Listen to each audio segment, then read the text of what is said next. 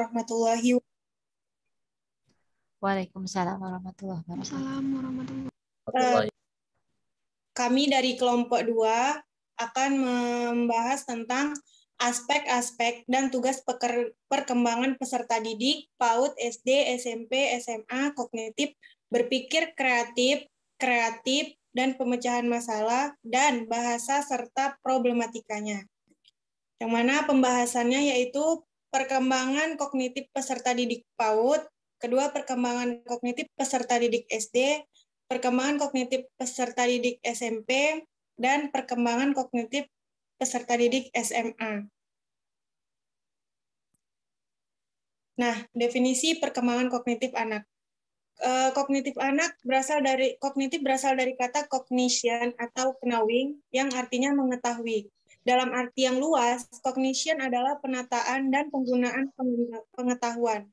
Nah, kognitif juga dapat diartikan dengan kemampuan belajar atau berpikir atau kecerdasan, yaitu kemampuan untuk mempelajari keterampilan dan konsep baru, keterampilan untuk memahami apa yang terjadi di lingkungannya, serta keterampilan menggunakan daya ingat dan menyelesaikan soal-soal sederhana.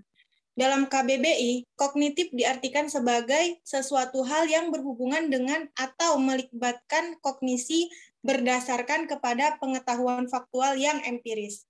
Nah, dari pemaparan di atas diketahui bahwa perkembangan kognitif adalah seluruh proses aktivitas mental yang berkaitan dengan persepsi, pikiran, ingatan, dan perolehan informasi yang memungkinkan seseorang memperoleh pengetahuan, memecahkan masalah, merencanakan masa depan, atau semua kognisi yang berkaitan dengan bagaimana individu mempelajari, memperhatikan, mengamati, membayangkan, memperkirakan, menilai, dan memikirkan lingkungannya. Nah, perkembangan kognitif berkaitan dengan potensi intelektual yang dimiliki individu, yaitu kemampuan untuk berpikir dan memecahkan masalah. Aspek kognitif juga dipengaruhi oleh perkembangan sel-sel saraf pusat di otak. Fungsi otak dapat dibedakan berdasarkan kedua belahan otak, yaitu otak kiri dan otak kanan. Otak kiri ini berkaitan dengan kemampuan berpikir rasional, ilmiah, logis, kritis, analisis, dan konvergen. Dengan demikian, kegiatan yang banyak melibatkan fungsi otak kiri adalah membaca, berhitung, belajar bahasa, dan melakukan penelitian ilmiah. Nah, sedangkan otak kanan berkaitan erat dengan kemampuan berpikir intuitif, imajinatif, holistik, dan menyebar. Kegiatan yang dominan menggunakan otak kanan diantaranya itu melukis, bermain musik, dan kerajinan tangan. Selanjutnya, tahapan kognitif pada anak yang pertama pada tahap sensor motorik umur 0-2 tahun. Di sini bayi bergerak pada tindakan refleks, instiktif pada saat lahir sampai permulaan pemikiran simbolis. Nah, bayi membangun sesuatu pemahaman tentang dunia melalui pengkoordinasian pengalaman sensor dengan tindakan fisik. Yang kedua, tahap praoperasional 2-7 tahun. Nah, di sini anak mulai mempresentasikan dunia dengan kata-kata dan gambar-gambar yang menunjukkan adanya peningkatan pemikiran simbolis dan melampaui hubungan informasi sensor dan tindak fisik. Yang ketiga, tahap operasional konkret usia 7-11 tahun. Nah, pada tahap ini anak dapat mengklasifikasikan berbagai benda ke dalam bentuk-bentuk benda. Yang terakhir tahap operasional formal, yaitu 11 sampai dewasa. Nah, anak remaja berpikir dengan cara yang lebih abstrak dan logis. Pemikirannya lebih idealistis. Selanjutnya, menurut Anderson dan Krathwohl, aspek kognitif dibedakan atas 6 jenjang yang diurutkan sebagai berikut. Yang pertama, mengingat. Yang kedua, memahami. Yang ketiga, menerapkan. Yang keempat, menganalisis. Yang kelima, mengevaluasi. Dan yang keenam, mencipta. Nah, faktor-faktor yang mempengaruhi perkembangan kognitif anak antara lain yaitu faktor keturunan, faktor lingkungan, faktor kematangan, faktor pembentukan, faktor minat dan bakat, dan faktor kebebasan. Selanjutnya, perkembangan bahasa pada anak. Nah, pada anak, perkembangan bahasa ditempuh melalui cara yang sistematis dan berkembang bersama-sama dengan bertambahnya usianya. Menurut Lambert, perkembangan bahasa anak seiring dengan perkembangan biologisnya. Hal inilah yang digunakan sebagai dasar mengapa anak pada umur tertentu sudah dapat berbicara, sedangkan anak pada umur tertentu pula belum dapat berbicara. Nah, akan tetapi dalam perkembangannya, pada umumnya anak memiliki komponen pemerolehan bahasa yang hampir sama, baik perkembangan fonologisnya, sintaksisnya, maupun pragmatisnya. Hal ini tentunya dilihat dari segi perkembangan bahasa anak yang normal. Nah, dari kesemua komponen tersebut dapat dilihat dari gejala dan tingkah laku anak seperti yang diuraikan Levin dalam bukunya yang berjudul Psikologi Anak.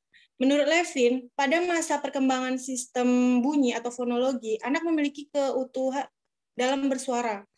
Pada masa perkembangan sintaksis, anak telah mampu memproduksi suara. Pada masa perkembangan semantik, anak telah memiliki keutuhan dalam memberikan makna. Dan pada masa perkembangan sistem sosial bahasanya, anak telah mampu menerapkan ucapan dalam kehidupan sosial secara utuh. Dolsky menyatakan bahwa dalam kehidupan manusia mengalami perkembangan bahasa melalui dua tahapan, yaitu pralinguistik dan linguistik.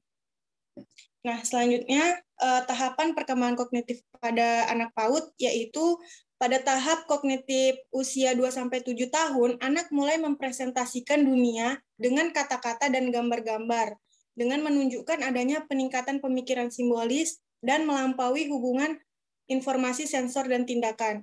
Nah, tahap ini dapat dikatakan anak berpikir secara simbolis.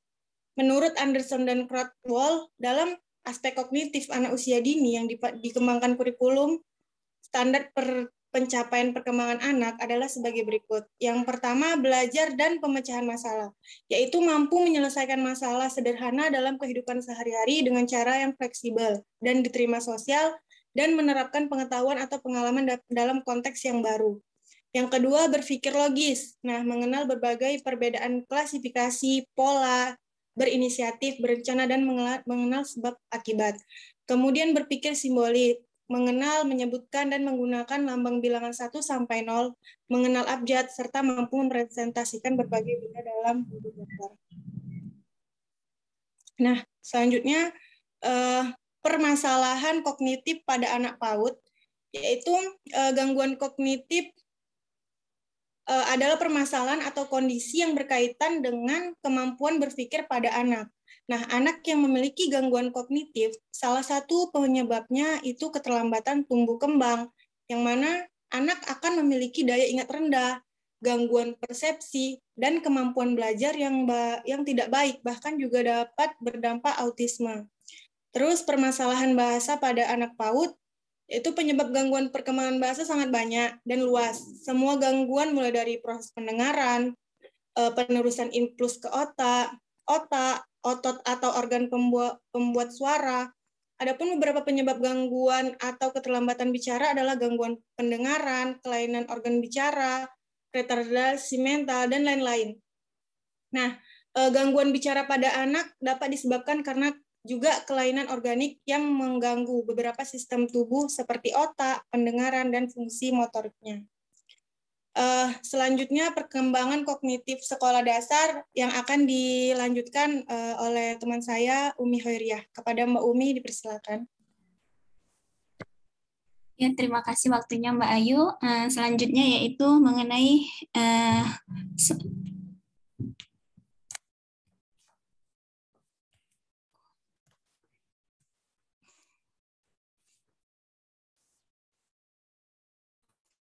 perkembangan kognitif anak usia SD. Teori perkembangan kognitif yang dikemukakan oleh Piaget menyatakan bahwa anak usia SD pada umumnya berada pada tahap operasional konkret untuk anak dengan rentang usia 7-11 tahun. Pada tahap tersebut, anak sudah dapat melakukan penalaran secara logis untuk hal-hal yang bersifat konkret atau nyata. Pada tahap ini, pemikiran logis menggantikan pemikiran intuitif atau naluri, dengan syarat pemikiran tersebut dapat diaplikasikan menjadi contoh-contoh konkret atau spesifik. Sedangkan untuk hal-hal atau permasalahan yang bersifat abstrak tanpa adanya objek nyata, anak masih belum mampu dan akan mengalami kesulitan untuk menyelesaikannya dengan baik. Anak-anak usia sekolah dasar sudah mulai banyak mempelajari materi-materi di sekolah yang membutuhkan kemampuan berpikir logis dan sebab akibat untuk bisa memahaminya. Sehingga anak bisa mengulang kembali apa yang dipelajari saat menjawab pertanyaan-pertanyaan guru di kelas, saat ujian, atau saat anak melihat fakta-fakta di lingkungan sekitar mereka. Kemudian kemampuan berpikir kognitif usia sekolah. Yang pertama yaitu pemikiran spasial, yaitu anak dapat memperkirakan jarak dan waktu. Kemudian sebab akibat atau kausalitas, yaitu suatu kemampuan kognitif seorang anak dalam mengetahui proses terjadinya suatu perubahan dari suatu objek yang dilihat. Anak dapat menjelaskan sebab akibat yang terjadi dari suatu hal walaupun masih sederhana. Yang ketiga, klasifikasi, yaitu kemampuan kognitif seorang anak dalam mengkategorikan suatu objek yang dapat membantunya berpikir logis. Yang keempat, penalaran induktif dan deduktif. Penalaran induktif muncul di usia sekolah, yaitu kemampuan untuk berpikir dari hal khusus ke hal umum. Sedangkan penalaran deduktif muncul di usia remaja menurut Piaget, yaitu kemampuan untuk berpikir dari hal umum ke hal yang khusus.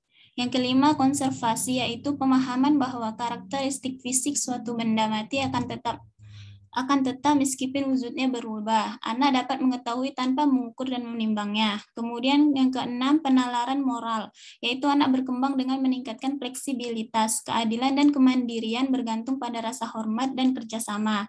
Yang ketujuh, konsep angka atau matematik yaitu kemampuan anak dalam mengolah angka seperti penjumlahan, pengurangan, perkalian, dan pembagian. Selanjutnya bahasa anak sekolah dasar. Perkembangan bahasa semakin meningkat di usia sekolah.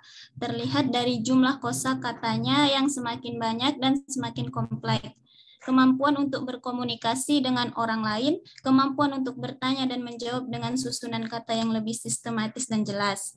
Dengan begitu, mereka dapat bersosialisasi dengan teman-temannya dan bisa mengikuti sekolah yang membutuhkan banyak kosakata untuk pelajaran mengarang, menjawab pertanyaan, dikte, dan mengikuti kegiatan belajar lainnya di sekolah.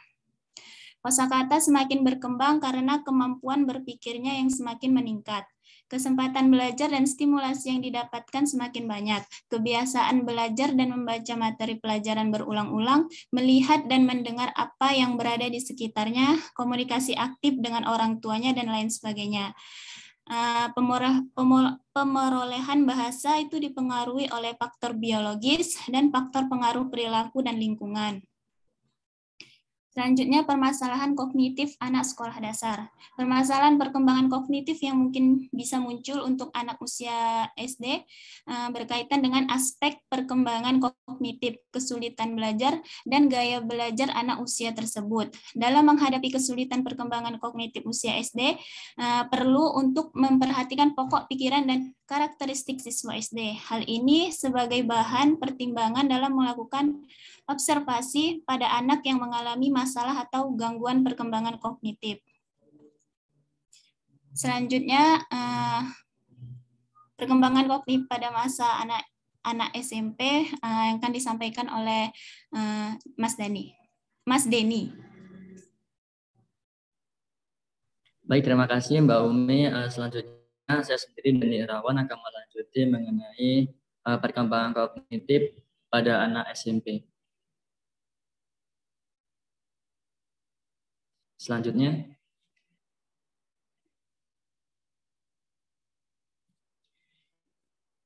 nah di sini perkembangan kognitif pada ranah intelektual, Piaget mengatakan, itu salah seorang tokoh psikologi mengatakan peserta didik yang berusia 12 tahun ke atas masuk pada bagian keempat, yaitu pada tahap perkembangan kognitif, yaitu operasional formal, di mana peserta didik mulai mampu berpikir logis mengenai soal abstrak serta menguji hipotesis secara sistematis. Dan peserta didik menaruh perhatian terhadap masalah hipotesis, yaitu pada masa depan dan masalah ideologis. Jadi pada tahap SMP ini, kalau kita bilang hanya 3 tahun gitu. Jadi dia perpindahan dari SD yang dimana masih terbawa mengenai perkembangan kognitif dari SD dan menuju ke remaja, yaitu mulai SMP, SMA, dan selanjutnya. Terus selanjutnya. Nah, di sini saya memberikan ada 4 poin mengenai tingkat perkembangan kognitif dan intelektual pada anak SMP. Yaitu pertama, kita akan melihat bahwasanya pada masa remaja, ini masa SMP, itu mereka lebih dewasa. Pada masa ini pemikiran peserta didik lebih dewasa dari sebelumnya. Yang sebelumnya ketika di SD, anak-anak mungkin belum mengerti atau belum mempunyai daya tarik dengan berbeda jenis. Ketika di SMP pola pikirnya udah berbeda. Oh, saya harus lebih dewasa, saya harus lebih rapi dan lain sebagainya. Nanti di sini poin pertama adalah lebih dewasa. Lalu yang kedua, penalaran moral. Pada masa ini pemikiran peserta didik dalam melihat sesuatu sudah dengan nalar pikiran, seperti halnya melihat suatu benda yang terapung dan tenggelam dalam air. Dalam hal ini, ketika masuk SMP atau usia remaja, istilahnya masuk usia remaja, pada tahapan keempat itu peserta didik ini udah mampu bagaimana menalar dalam melihat sesuatu dengan nalar pikirannya gitu. Bahasanya ketika meletakkan barang di atas air tidak selamanya tenggelam gitu. Ada barang yang volumenya lebih ringan, ketika taruh di air barang itu terapung gitu ya. Jadi dia udah bisa nalar, oh ternyata barang ini ketika dimasukin ini akan tenggelam, dan barang yang lain ini akan dimasukin ini akan terapung gitu. Jadi udah bisa menalar istilahnya. Ya seharusnya tahap SMP ini udah bisa menalar gitu ya secara umum menurut pihak. Terus yang ketiga, pengalaman logika matematika, yaitu kecerdasan matematis logis. Pada masa ini peserta didik mampu memecahkan masalah, mampu memikirkan dan menyusun solusi dengan urutan yang logis, dapat mengerti pola dan hubungan, serta mampu melakukan proses berpikir deduktif dan induktif. Jadi pada tahap SMP ini juga atau tahap remaja ini di mana peserta didik itu udah mampu bagaimana memecahkan suatu masalah gitu. Oh, misalnya masalahnya terlihat secara abstrak gitu. Dia sudah mampu menyusun bagaimana cara menyelesaikan suatu permasalahan ini. Nah, ini pada tahap SMP yang poin ketiga. Lalu yang keempat yaitu transmisi sosial. Pada masa ini pemikiran atau pola pikir pengetahuan peserta didik sudah bisa didapatkan dari proses pembelajaran dari buku, orang tua, lingkungan, yang akan berpengaruh bagaimana cara berbicara peserta didik. Nah, di sini transmisi sosial itu bagaimana peserta didik itu udah mampu berpikir bagaimana dia mampu untuk mendapatkan informasi dengan dirinya sendiri, yaitu bagaimana dengan dia belajar sendiri tanpa harus didampingi dengan orang tua. Dia sudah mampu, seharusnya sudah mampu untuk belajar seperti itu sendiri, baca buku atau melihat lingkungan dan lain sebagainya. Itu nanti akan berpengaruh bagaimana proses ini dalam berbicara nantinya. Lalu selanjutnya,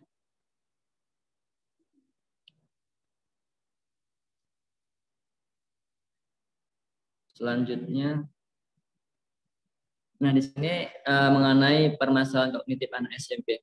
Seperti yang telah disampaikan oleh salah seorang ilmuwan itu dari matematika yang bernama Russ Effendi, mengatakan bahwa masih terdapat peserta didik yang telah lulus di jenjang sekolah menengah namun belum mencapai tahap penalaran atau operasional formal, yaitu pada tahap keempat ini, tahap remaja, di mana seharusnya peserta didik itu mampu berpikir secara logis dan dapat menguji hipotesis secara sistematis. Seperti pada teori Piaget yang mengatakan berdasarkan usia, pada usia SMP dan seterusnya, seharusnya siswa sudah masuk tahap operasional formal.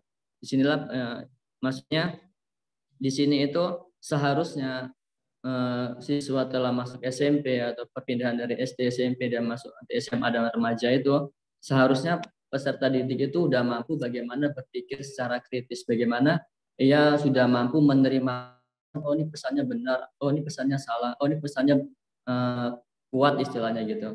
Bisa dicari mengenai benar tidaknya suatu pesan. Seharusnya seperti itu. Tapi ada beberapa siswa gitu yang belum sampai pada nalar ini hingga mereka masih kekanak-kanakan sebenarnya gitu.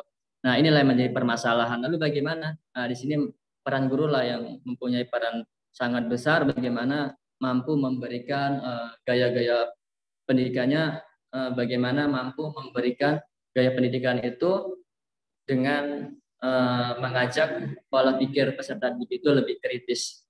Nah, mungkin itu aja. Selanjutnya untuk jenjang SMA bisa dilanjutin nanti sama Mas Dani.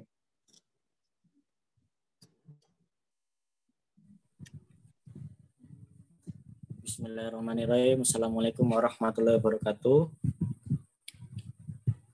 Waalaikumsalam. Untuk selanjutnya perkembangan kognitif pada anak usia SMA. Di sini menurut para tokoh yaitu Bues dan Lombardo menyatakan bahwa perkembangan kognitif pada siswa SMA meliputi peningkatan fungsi intelektual, kapasitas, memori, dan juga bahasa, dan juga pemikiran konseptual. Siswa mengalami peningkatan kemampuan mengekspresikan diri, kemampuan memecahkan masalah, dan membuat keputusan akan meningkat. Pertumbuhan otak mencapai kesempurnaan pada usia 12-20 tahun secara fungsional. Jadi pemikiran remaja pada usia SMA ini sudah bisa dibilang bisa memikirkan untuk masa depannya nanti mau seperti apa. Jadi pada anak usia SMA itu sudah memiliki konsep atau rencana untuk kedepannya, mau melanjutkan pendidikannya atau mungkin mau kerja. Jadi di sana sudah terfikirkan pada anak usia SMA ini. Untuk selanjutnya, perkembangan kognitif atau kemampuan berpikir remaja dapat digambarkan sebagai berikut. Yang pertama yaitu secara intelektual remaja mulai dapat berpikir logis tentang gagasan abstrak. Selanjutnya berfungsinya kegiatan kognitif tingkat tinggi yaitu membuat rencana, strategi, membuat keputusan-keputusan serta memecahkan masalah. Jadi pada anak usia SMA ini itu sudah memiliki rencana atau planning nanti setelah lulus SMA itu mau gimana, mau seperti yang saya sampaikan tadi, mau melanjutkan pendidikan atau kerja, ataupun membuat keputusan-keputusan seperti mungkin setelah lulus SMA langsung menikah, semacam itu. Untuk yang ketiga yaitu sudah mampu menggunakan abstrak juga membedakan yang konkret dengan yang abstrak. Terus munculnya kemampuan nalar secara ilmiah, memikirkan masa depan, perencanaan, dan mengeksplorasi alternatif untuk mencapainya psikologi remaja. Terus mulai menyadari proses berpikir efisien dan belajar berintrospeksi. Kemudian wawasan berpikir semakin meluas, bisa meliputi agama, keadilan, moralitas, dan identitas. Hal ini dikarenakan ada beberapa hal yang mempengaruhi faktor, mungkin bisa jadi faktor pergaulan, lingkungan sekitar, ataupun yang lainnya. Untuk slide selanjutnya. Untuk slide selanjutnya yaitu perkembangan bahasa pada anak usia SMA.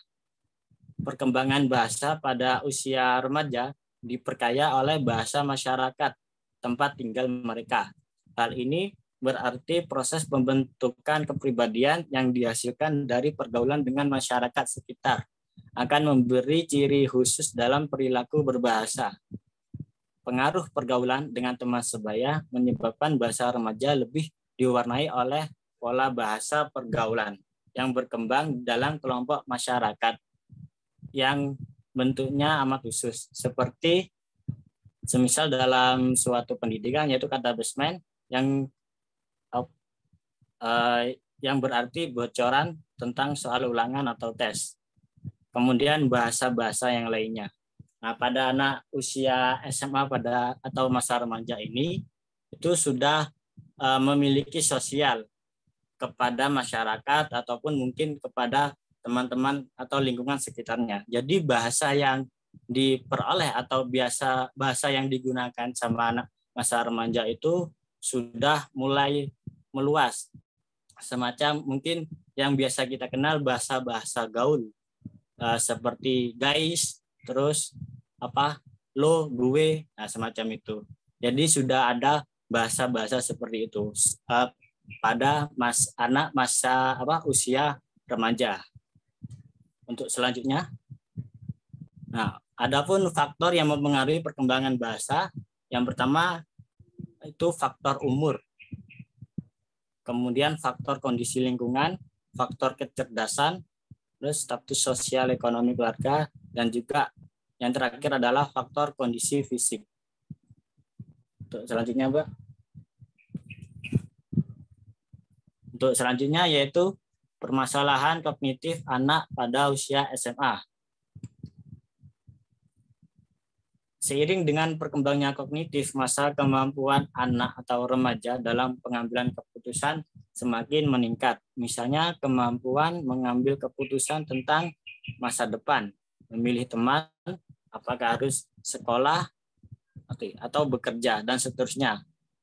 Transisi dalam pengambilan keputusan muncul sekitar usia 15-17 tahun. Salah satu strategi meningkatkan kemampuan pengambilan keputusan anak itu tentang pilihan dunia nyata dengan melibatkan remaja untuk menyelesaikan permasalahan di sekitarnya. Ya, semacam itu. Nah, jadi pada anak masa usia SMA ini dalam berpikirnya itu sudah banyak sekali, sudah mulai kritis. Dan adapun juga permasalahannya, mungkin karena itu tadi beberapa faktor, ya faktor lingkungan, lingkungan masyarakat, teman sebaya atau teman pergaulan, itu bisa saja menimbulkan sesuatu yang kurang baik untuk remaja tersebut.